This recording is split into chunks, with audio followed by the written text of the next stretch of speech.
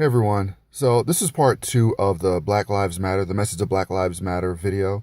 Basically, I had some loose ends that I wanted to tie up from the last video. So in the last video, when I talked about the agenda and how the agenda is being pushed and how it's basically, being directed at all angles and everybody seems to be on the same page, you only see this kind of thing when there's a specific agenda that's afoot.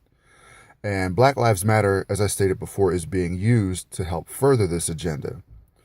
But I want everybody who's involved in the Black Lives Matter movement to understand is that once this agenda has been reached, once the goals that have been set out have been reached, you're going to be thrown away with the garbage. In other words, most of you are going to end up in jail, at least the leaders and, the people who are high up within the movement, maybe the middle level. So, and we've seen this before.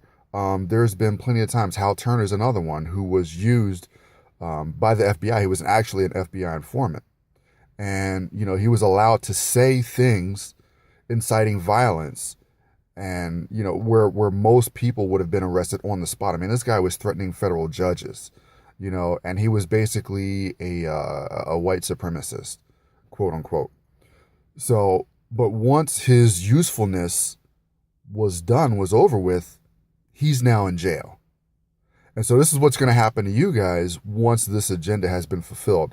Now, a part of the agenda that I discussed before, but I'm going to get into a little bit more detail, is that what the elite are looking for is a civil war.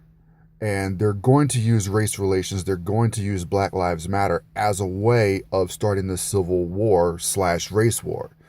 And the purpose of this is to get us at each other's throat, because if we're at each other's throat, then we're not really focused on who the actual leadership is that we should be running for, which is the elite, the heads of the government, the heads of state, the heads of, these multinational corporations. These are the people who we really need to focus our energies on, not on ourselves, not on, the divide that's between us.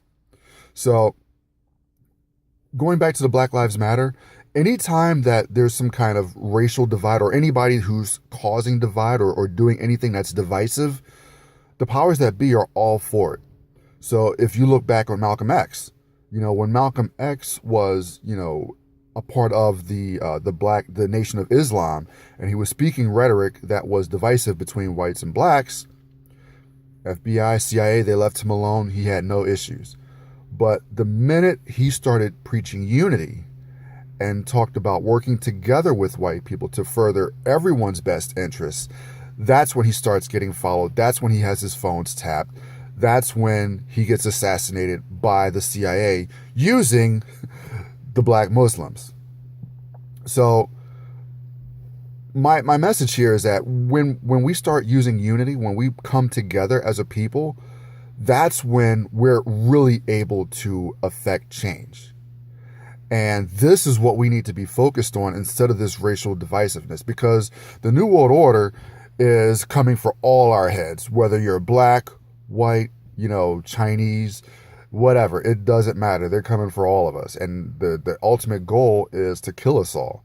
So we basically need to come together so that we can fight against, the elite. Another thing, too, that I've noticed is that this Black Lives Matter movement is really taking away from a lot of other things that are going on in this world.